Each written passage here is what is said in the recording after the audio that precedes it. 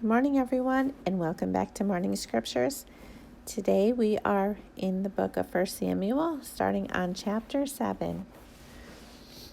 So the men of Kiriath Jearim came and took up the ark of the Lord. They brought it to Abinadab's house on the hill and consecrated Eleazar his son to guard the ark of the Lord. The ark remained at Kiriath Jearim a long time, 20 years in all. Then all the people of Israel turned back to the Lord. So Samuel said to all the Israelites, "If you are returning to the Lord with all your hearts, then rid yourselves of the foreign gods and the Ashtaroths, and commit yourselves to the Lord and serve him only, and he will deliver you out of the hand of the Philistines." So the Israelites put away their false gods and served the Lord only. Then Samuel said, "Assemble all Israel at Mizpah, and I will intercede with the Lord for you." When they had assembled at Mizpah, they drew water and poured it out before the Lord. On that day they fasted, and there they confessed, "We have sinned against the Lord." Now Samuel was serving as leader of Israel at Mizpah. When the Israelites heard that Israel had assembled at Mizpah, the rulers of the Philistines came up to attack them. When the Israelites heard of it, they were afraid because of the Philistines. They said to Samuel, "Do not stop crying out to the Lord our God for us, that he may rescue us from the hand of the Philistines." Then Samuel took a suckling lamb and sacrificed it as a whole burnt offering to the Lord. He cried out to the Lord on Israel's behalf, and the Lord answered him. While Samuel was sacrificing the burnt offering, the Philistines drew near to engage Israel in battle.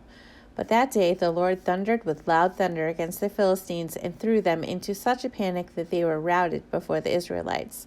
The men of Israel rushed out to Mizpah and pursued the Philistines, slaughtering them along the way to a point below Beth-kar. Then Samuel took a stone and set it up between Mizpah and Shen. He named it Ebenezer, saying, "Thus far the Lord has helped us." So the Philistines were subdued, and they stopped invading Israel's territory. Throughout Samuel's lifetime, the hand of the Lord was against the Philistines. The towns from Ekron to Gath that the Philistines had captured from Israel were restored to Israel, and Israel delivered the neighboring territory from the hands of the Philistines, and there was peace between Israel and the Amorites. Samuel continued as Israel's leader all the days of his life.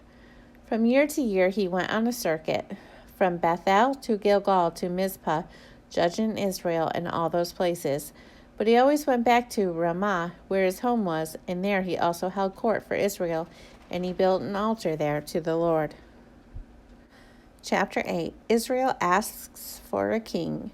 When Samuel grew old, he appointed his sons as Israel's leaders. The name of his firstborn was Joel, and the name of his secondborn was Abijah, and they served at Beersheba. But his sons did not follow his ways. They turned aside after dishonest gain and accepted bribes and perverted justice. So all the elders of Israel gathered together and came to Samuel at Ramah. They said to him, "You are old, and your sons do not follow your ways. Now appoint a king to lead us, such as all the other nations have." But when they said, "Give us a king to lead us," this displeased Samuel. So he prayed to the Lord, and the Lord told him, "Listen to all that the people are saying to you. It is not you they have rejected, but they have rejected me as their king. As they have done from this day, I brought them up out of Egypt until this day, forsaking me and serving other gods. So they are doing to you. Now listen to them, but warn them solemnly, and let them know what the king who will reign over them will claim as his rights." Samuel told all the words of the Lord to the people who were asking him for a king. He said, "This is what the king who will reign over you will claim as his rights. He will take your sons and make them serve with his chariots and horses, and they will run in front of his chariots. Some he will assign to be commanders of thousands and commanders of 50s, and others to plow his ground and reap his harvest, and still others to make weapons of war and equipment for his chariots. He will take your daughters to be perfumers and cooks and bakers. He will take the best of your fields and vineyards and olive groves and give them to his attendants. He will take a tenth of your grain and of your vintage and give it to his officials and attendants. Your male and female servants, and the best of your cattle and donkeys he will take for his own use. He will take 1/10 of your flocks, and you yourselves will become his slaves. When that day comes, you will cry out for relief from the king you have chosen.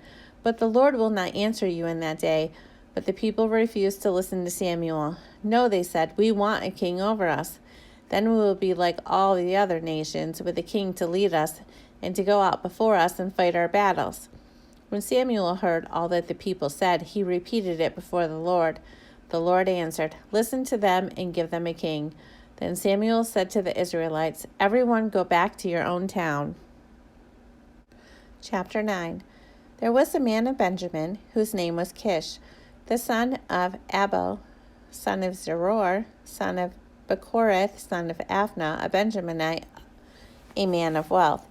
And he had a son whose name was Saul, a handsome young man. There was not a man among the people of Israel more handsome than he.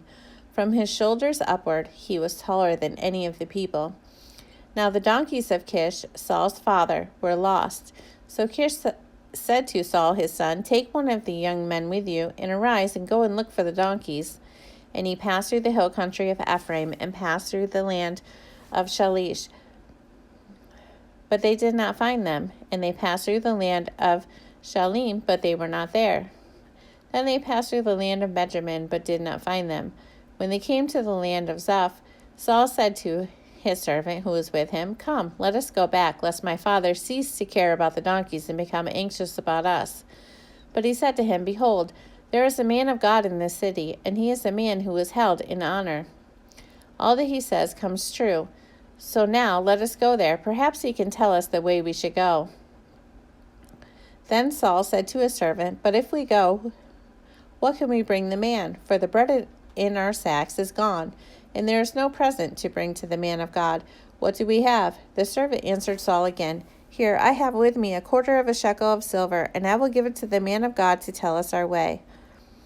Formerly, in Israel, when a man went to inquire of God, he said, "Come, let us go to the seer for today," for today's prophet was formerly called a seer. And Saul said to his servant, "Well said, come, let us go." So they went to the city where the man of God was, and they went up to the hill, to the city. They met young women coming out to draw water, and said to them, "Is the seer here?" They answered, "He is. Behold, he is just ahead of you. Hurry. He has come just now to the city, because the people have a sacrifice today on the high place. As soon as you enter the city, you will find him, before he goes up to the high place to eat. For the people will not eat till he comes, since he must bless the sacrifice. Afterwards, those who are invited will eat. Now go up, for you will meet him immediately." So they went up to the city. As they were entering the city, they saw Samuel coming out toward him on his way up to the high place. Now the day before Saul came, the Lord had revealed to Samuel, "Tomorrow about this time I will send you a man from the land of Benjamin, and you shall anoint him to be prince over my people Israel. He shall save my people from the hand of the Philistines. For I have seen my people, because their cry has come to me." When Samuel saw Saul, the Lord told him, "Here is the man of whom I spoke to you. He it is who shall restrain my people." Then Saul approached Samuel in the gate and said, "Tell me, where is the house of the seer?" Samuel answered Saul, "I am the seer. Go up before me to the high place, for today you shall eat with me, and in the morning I will let you go and will tell you all that is on your mind. As for your donkeys that were lost 3 days ago, do not set your mind on them, for they have been found. And for whom is all that is desirable in Israel? Is it not for you and for all your father's house?" Saul answered, "Am I not a Benjaminite, from the least of the tribes of Israel? And is not my clan the humblest of all the clans of the tribe of Benjamin? Why then have you spoken to me in this way?" Then Samuel took Saul and his young man and brought them into the hall and gave them a place at the head of those who had been invited, who were about 30 persons. And Samuel said to the cook, "Bring the portion I gave you, of which I said to you, put it aside." So the cook took up the leg and what was on it and set them before Saul. And Samuel said, "See, what was kept is set before you. Eat, because it was kept for you until the hour appointed, that you might eat with the guests." So Saul ate with Samuel that day, and when they came down from the high place in the city, a bed was spread for Solomon the roof. And he lay down to sleep. Then at the break of dawn, Samuel called to Saul on the roof, "Up, that I may send you on your way." So Saul arose, and both he and Samuel went out into the street. As they were going down to the outskirts of the city, Samuel said to Saul, "Tell the servant to pass on before us, and when he has passed on, stop here yourself for a while, that I may make known to you the word of God." Okay, guys, we're going to stop there for today. I thank you so much for joining me, and I hope you all have a wonderful day, and I will see you again tomorrow.